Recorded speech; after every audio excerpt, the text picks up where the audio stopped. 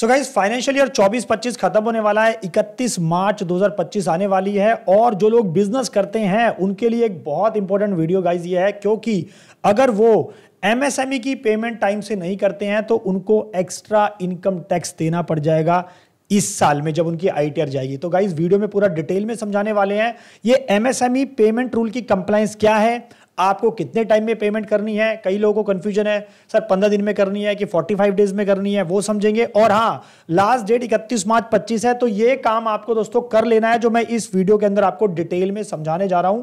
तो guys video बहुत ज्यादा इंपॉर्टेंट होने वाली है, इसलिए आपसे हमेशा रिक्वेस्ट करता हूं कि वीडियो को पूरा देखें और स्किप ना करें।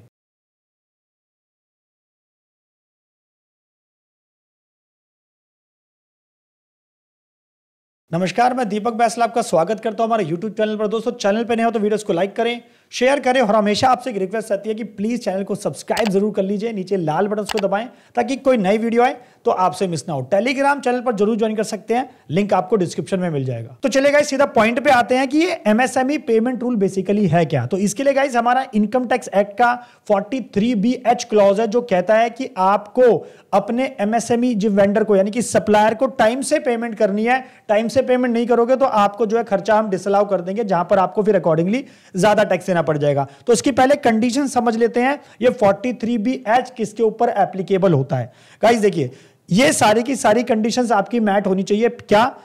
सप्लायर आपका रजिस्टर्ड होना चाहिए उद्यम पोर्टल के अंदर, यानी कि जिससे भी आप सर्विस ले रहे हैं, जिससे भी आप माल खरीद रहे हैं, वो बंदा जो है आपका, उसके पास एमएसएमई सर्टिफिकेट होना चाहिए, उसके पास उद्यम रजिस्ट्रेशन होना चाहिए और वो एक माइक्रो एक स्मॉल एंटरप्राइज होना चाहिए। हम बाद में समझाऊंगा आपको कि माइक्रो स्मॉल की यहाँ पे डेफिनेशन क्या कहती है। एक माइक्रो एक स्मॉल एंटरप्राइज होना चाहिए। आप कहोगे सर कैसे पता लगेगा? उसका जब उद्यम सर्टिफिकेट आप मांगोगे तो उसमें मेंशन होगा, या अपना वो उद्यम रजिस्ट्रेशन नंबर भी दे देगा, तो आप ऑनलाइन जाकर पोर्टल पर जाकर चेक कर सकते हो। और गाइस इसके लिए मैंने एक डिटेल वीडियो बना रखी है कि कैसे आप उद्यम रजिस्ट्रेशन अप्लाई कर सकते हो। तो आप हमारी ये वाली वीडियो देख सकते हो, लिंक आपको डिस्क्रिप्शन में मिल जाएगा।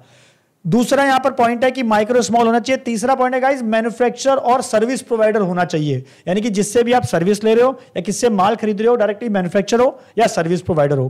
पेमेंट आप जो उसको कर रहे हो गुड्स के लिए या सर्विसेज जो आपके एमएसएमई के द्वारा दी जा रही है, यानी कि आपकी चार कंडीशन अगर मैट होती है, एमएसएमई में रजिस्टर्ड होना चाहिए आपका सप्लायर, मैन्युफैक्चरर सर्विस प्रोवाइडर होना चाहिए, गुड्स और सर्विसेज के रिगार्डिंग उसको पेमेंट कर रहे हो, और एक माइक्रो एक स्मॉल एंटरप्राइज होना चाहिए। चलिए, अब ये चारों कंडीशन अगर फुलफिल होती है तो अब हम समझ लेते हैं कि माइक्रो स्मॉल और मीडियम एंटरप्राइज का मतलब क्या है। गाइस माइक्रो का मतलब है अगर आपने इन्वेस्टमेंट कर रखी है 1 करोड़ तक और टर्नओवर आपकी 5 करोड़ तक है तो आप माइक्रो की कैटेगरी में आते हैं।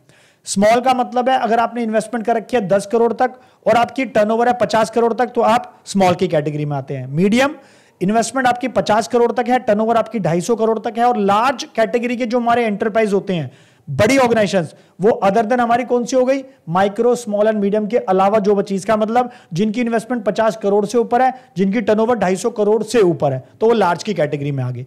अब इसके अंदर काफी लोगों को कंफ्यूजन, सर पेमेंट रूल यहां पे क्या है? देखिए, अगर आपका कोई भी एग्रीमेंट नहीं है, दोस्तों जो भी आप टैक्स इनवॉइस बनाते हो मोस्टली केसेस के अंदर आप उसके अंदर पेमेंट टर्म्स लिखी होती है। तो अगर आपने वहां पेमेंट टर्म्स लिख रखी है, कोई एग्रीमेंट कर रखा है तो अच्छी बात है। लेकिन अगर कोई भी एग्रीमेंट नहीं करा है, कोई भी पेमेंट टाइम आपने मेंशन नहीं करी है, ना तो ईमेल पे करी है ना इनवॉइस पे करी है, तो उस केस में यहां पर आपको 15 डेज का रूल फॉलो करना है। यानी कि जो भी आपने सर्विसेज ली है, माल खरीदा है एक एमएसएमई सप्लायर से, उसकी 15 दिन में पेमेंट कर देनी है अगर उसके साथ कोई एग्रीमेंट नहीं है।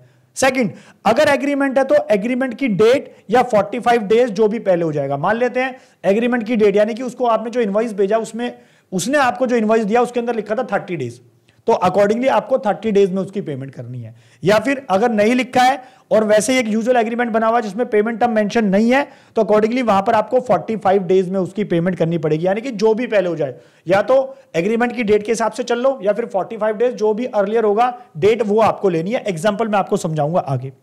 नेक्स्ट बात करते हैं, सर अगर मैंने ये रूल फॉलो नहीं किया तो क्या होगा? सर ये तो आपने समझा दिया कि रूल को फॉलो कर लो, रूल को फॉलो करेंगे तो एमएसएमई की टाइम से पेमेंट कर दोगे, टाइम से पेमेंट कर दोगे तो खर्चा आप ले लोगे उस साल में। अगर आपने रूल फॉलो नहीं करा तो क्या क्या कॉन्सिक्वेंसेज आपके साथ हो सकते हैं? गाइस सबसे पहले तो ये आपका अप्लाई होगा, जो आपका क्लोजिंग बैलेंस होगा 31 मार्च 2025 को जो बैलेंस आ रहा होगा उसके ऊपर अप्लाई होगा। अगर आपने टाइम लिमिट यहां पर मिस कर दी है, यानी कि आपने पेमेंट करनी थी एक पर्सन की 30 डेज के अंदर, आपने 30 डेज के अंदर पेमेंट नहीं करी है, तो वो खर्चा आपका इस साल डिसअलाउ हो जाएगा, यानी कि उस खर्चे का बेनिफिट आपको प्रॉफिट लॉस में नहीं मिलेगा। जब अकॉर्डिंगली अगर आपको प्रॉफिट लॉस में खर्चे का बेनिफिट नहीं मिलेगा तो आपके क्या होगा, आपके अकॉर्डिंगली इनकम बढ़ जाएगी, प्रॉफिट बढ़ जाएगा और अकॉर्डिंगली उसके ऊपर आपको ज्यादा इनकम टैक्स देना पड़ेगा। और आपकी जो पेमेंट होगी वो एक्चुअल बेसिस पे अलाउड होगी, यानी जितनी पेमेंट करोगे उतना आपको अलाउड होगा। Income tax would be paid extra if expenses is disallowed in the current financial year. जैसे मैंने बताया इनकम टैक्स आपको ज्यादा पे करना पड़ेगा। एक्चुअल पेमेंट बेसिस पे आपको अलाउड होगा खर्चा प्रॉफिट एंड लॉस के अंदर। एग्जांपल देख लेते हैं। मान लेते हैं एक सप्लायर ए है जिससे आपने माल खरीदा है और वो मान लेते हैं मैन्युफैक्चरर है, ठीक है जी, क्योंकि इसके ऊपर हमारा एमएसएमई पेमेंट रूल अप्लाई होता है और उसके पास उद्यम रजिस्ट्रेशन है, उद्यम पोर्टल पे वो रजिस्टर्ड है। 40 लाख का आपने उससे माल खरीदा, 25 फरवरी 2025 को आपने उससे खरीदा है। पेमेंट टर्म लिखी हुई है, एग्रीमेंट बनाया हुआ 30 डेज का, तो ड्यू डेट अकॉर्डिंगली क्या होनी चाहिए उसको पेमेंट करने के लिए आपकी 27 मार्च 25 तक उसकी सारी पेमेंट कर दो 40 की 40 लाख की। लेकिन आपने 31 मार्च तक आते आते उसकी पेमेंट सिर्फ 30 लाख रुपए करी है, तो यानी कि सिर्फ आपको 30 लाख रुपए खर्चा अलाउ हो जाएगा। तो बाकी का जो आपको 10 लाख होगा वो आपको अगले साल अलाउड होगा जब उसकी एक्चुअल में पेमेंट करोगे। अब कई लोग कहेंगे सर मैंने मान लो अगले साल 25-26 में उसकी पेमेंट 4 महीने नहीं करी, 5 महीने करी, तब तक अलाउड ही नहीं होगा।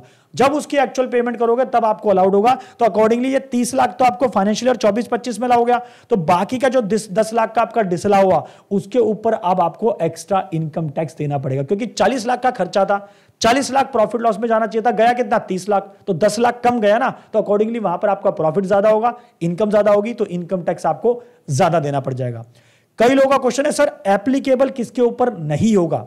मीडियम और लार्ज एंटरप्राइज से आप कोई भी माल खरीद रहे हो, मैन्युफैक्चर हो या सर्विस प्रोवाइडर हो या ट्रेडर हो, कोई भी हो, आप वो लार्ज एंटरप्राइज की कैटेगरी में आता है, फिर मीडियम एंटरप्राइज की कैटेगरी में, गाइज उससे आप उसका उद्यम रजिस्ट्रेशन सर्टिफिकेट ले सकते हो या उद्यम रजिस्ट्रेशन नंबर ले सकते हो, जिससे आप ऑनलाइन पोर्टल पर जाकर चेक कर सकते हो। ट्रेडर से अगर आप कुछ भी माल खरीद रहे हैं, चाहे वो रजिस्टर्ड हो या ना हो, ये उसके ऊपर रूल अप्लाई नहीं होता। यानी कि आप, जैसे भी रिसेंटली क्या हुआ, हमारे क्लाइंट है जिसके हम आईटीआर फाइल करते हैं, तो उसके ऊपर एक पर्सन दबाव बना रहा था उसका सप्लायर कि आपको नहीं पता कि आपको पेमेंट जो है मुझे 31 मार्च से पहले करनी है। वो कह रहा है कि भाई क्यों पेमेंट करनी है हमें, हालांकि मैंने उसको लास्ट ईयर बता दिया था कि भाई आपको पेमेंट नहीं करनी है। तो वो बंदा जो है ट्रेडर है, वो कह रहा है देखो मेरा एमएसएमई सर्टिफिकेट भेज रहा है, मैं आपको फैब्रिक देता हूं, मैं आपको कपड़ा सप्लाई करता हूं, तो एक्चुअल में वो ट्रेडर है। जब वो ट्रेडर है तो उसके ऊपर दोस्तों ये रूल एप्लीकेबल होता ही नहीं, यानी कि उसकी पेमेंट आप डिले कर सकते हो तो आपको कोई दिक्कत नहीं होगी। ट्रेडर की मैं बात कर रहा हूं। ट्रेडर से अगर आप कोई माल खरीद रहे हो, अगर वो एमएसएमई रजिस्टर्ड है तो भी उसके ऊपर ये रूल आपके ऊपर, तो भी आपके ऊपर ये रूल अप्लाई नहीं होता कि आपको उसको टाइम से पेमेंट करनी है। कोई जरूरत नहीं है टाइम से पेमेंट करने की, मतलब टाइम से पेमेंट कर देना, बट ऐसा आपका खर्चा डिसअलाउ नहीं होगा। तीसरा है रेसिपिएंट, यानी कि जो पर्सन ले रहा है आपसे सर्विसेज और जो आपसे गुड्स ले रहा है, वो अगर प्रिजम्पटिव टैक्सेशन में अपनी आईटीआर फाइल करता है तो गाइस उसके ऊपर भी ये रूल आपका एप्लीकेबल नहीं होता है। कैपिटल एक्सपेंडिचर अगर आप किससे ले रहे हो, यानी कि मान लो मैं किससे कंप्यूटर परचेज कर रहा हूं, मशीनरी परचेज कर रहा हूं, कोई भी प्लांट एंड मशीनरी ले रहा हूं, तो गाइस एसेट अगर मैं किससे खरीद रहा हूं तो फिर ये रूल आपका ओवररूल कर देता है, फिर भी ये इस केस में आपको रूल अप्लाई नहीं होता। मशीनरी खरीदने पर जो डेप्रिसिएशन होगी उसका खर्चा आप प्रॉफिट लॉस में ले सकते हो, वो अलग चीज है, लेकिन ये 43 भी आज का रूल आपका अप्लाई नहीं होगा। किसके ऊपर? कैपिटल नेचर के खर्चों पे अप्लाई नहीं होगा, ये आपका रेवेन्यू नेचर के खर्चों पे अप्लाई होगा। सो गाइस मैंने सारे पॉइंट यहाँ पे कवर कर दिया। अगर आपको फिर भी लगता है कुछ कंफ्यूजन है, क्वेश्चन है, तो आप कमेंट करके भी पूछ सकते हैं। कोशिश करूंगा सारे कमेंट्स का रिप्लाई करने का, हमारी टीम कोशिश करेगी रिप्लाई करने का। तब तक के लिए वीडियो को सबसे ज्यादा शेयर करें सबके साथ, क्योंकि 31 मार्च आने वाली है तो सबको इसका बेनिफिट मिलना चाहिए, आधे लोगों को जानकारी है ही नहीं।